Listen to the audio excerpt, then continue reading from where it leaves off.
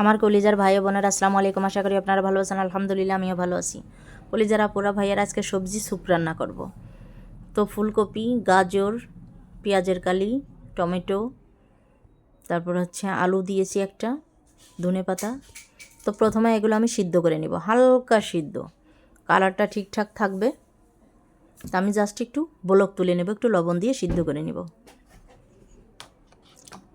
আমি কাউকে ফলো করে করি না, আমার নিজের যোগ্যতায় যতটুকু কুলায় ততটুকু আমি করি। এটা কিন্তু আমি কাউকে দেখিও নাই, আমার নিজের মনে হয়েছে আমি এভাবে রান্না করে খাবো, আমি রান্না করে খাবো। আর এখানে একটু নুডলস দিয়ে নিয়েছি আর আমি নামাইয়ে নিয়েছি। খুব বেশি সিদ্ধ করলে এটার কালার থাকবে না। আমি কড়াইতে অল্প একটু তেল দিয়ে নিলাম। আর এখানে আমি কাঁচামরিচ, তারপরে পেঁয়াজ, রসুন কুচি কুচি করে নিয়েছি। এগুলো বেশি একটা ভাজাভাজি আমি করব না, লাল লাল তো করবই না।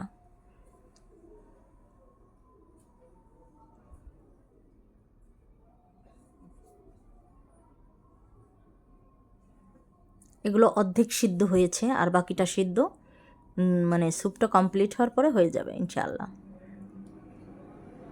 এটা রান্না করতে কিন্তু আমার খুব একটা দেরি লাগে নাই। তো আমি এখানে স্যুপের পানি দিয়ে দিলাম, টমেটো সস দিয়ে দিলাম। আমার টমেটো সস শেষ হয়ে গেছে, তারপর যতটুকু আছে আমার আজকে স্যুপ রান্না হয়ে যাবে।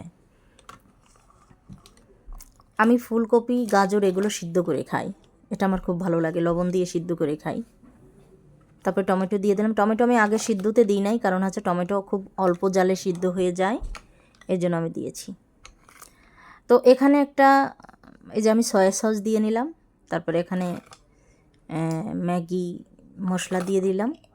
তো এখানে একটা জিনিস দেখাবো, এই যে এটা হচ্ছে চাউলের গুঁড়া, এটাই কর্নফ্লাওয়ার আমার জন্য আজকে। কারণ আমরা গ্রামে থাকি, কর্নফ্লাওয়ারটা সবসময় পাই না।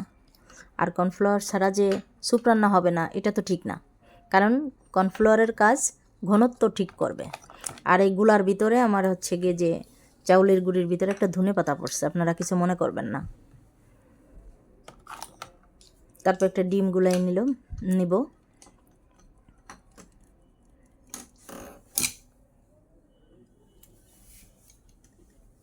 যেহেতু কর্নফ্লাওয়ারের কাজ ঘনত্ব বানানো, সেক্ষেত্রে আমার মনে হয় যে ময়দা গুলাইয়ে দিলেও ঘনত্ব বেড়ে যাবে, আর অন্যান্য মশলা দিলে তো টেস্ট বাড়বে। তো টেস্টটা যেহেতু ঠিকঠাক থাকবে, আমার এখানে ঘনত্ব বাড়াতে হবে। তো এখানে আমি একটু একটু করে দিয়ে নিলাম।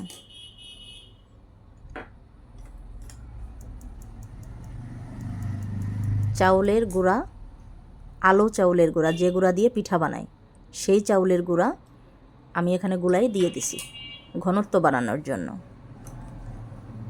আর আমার খুবই খিদে লাগছে, আমি ঝটপট কিছু একটা বানিয়ে খেতে চাই। আমার মেয়েরও খিদে লাগছে, তো আমি মাঝে মধ্যেই কিছু একটা ঝটপট কিছু একটা করে নিই, এটা আমার ভালো লাগে। আর এটা খুব হেলদি খাবার, স্বাস্থ্যের জন্য ভীষণ ভালো।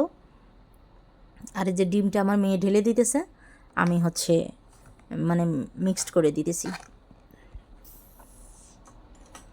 এটা খেতে যে কত মজা, আমি কিন্তু অনেকবার খেয়েছি। শুধু আপনাদের মধ্যেই দেওয়া হয় নাই, আজকে দিলাম, আপনারা এইভাবে করে খাবেন। যে কর্নফ্লাওয়ার ছাড়া স্যুপ রান্না করে খাওয়া যায় না, এটা কিছু না, এটা এটা ছাড়া আপনি খেতে পারবেন।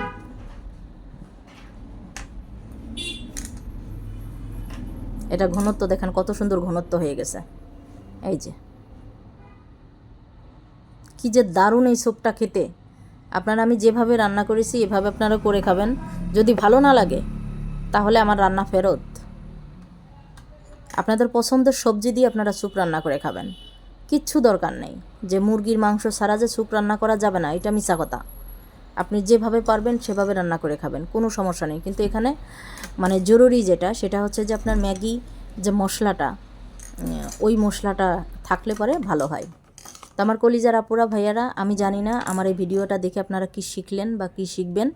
আমার ভিডিওটা যদি একটু ভালো লেগে থাকে please like, comment, share, subscribe করে দেবেন।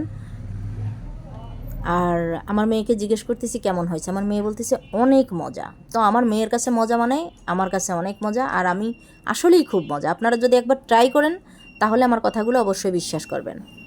এই দেখেন গাজরগুলো কত সুন্দর করে কেটে নিয়েছি। তো আমার ভিডিওটা ভালো লাগলে লাইক, কমেন্ট, শেয়ার করবেন। আবারও বললাম ভালো থাকবেন।